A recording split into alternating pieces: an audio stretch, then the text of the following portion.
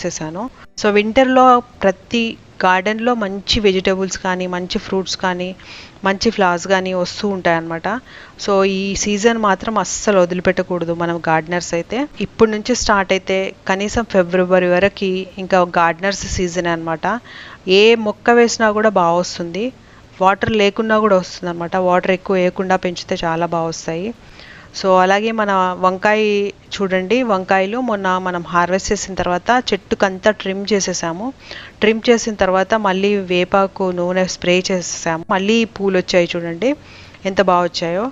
మళ్ళీ గార్డెన్లో కొంచెం డెవలప్మెంట్ కూడా అయింది. ఏం చేసామంటే ఈ గార్డెన్లో మన చిల్లీ ప్లాంట్స్ కూడా బాగా ఫ్లవర్స్ వచ్చేసి, మనం మిరపకాయ అంతా ట్రిమ్ చేసేసాం కదా మొన్న హార్వెస్ట్ చేసిన తర్వాత, మళ్ళీ అన్నీ కూడా మిరపకాయలు, మిరప పూలు వచ్చాయి, మళ్ళీ కాయలు కూడా కాస్తున్నాయి. తర్వాత ఏం చేసామంటే మన గ్రేటర్ నిమ్మ చెట్టు ఉంది కదా, దాన్ని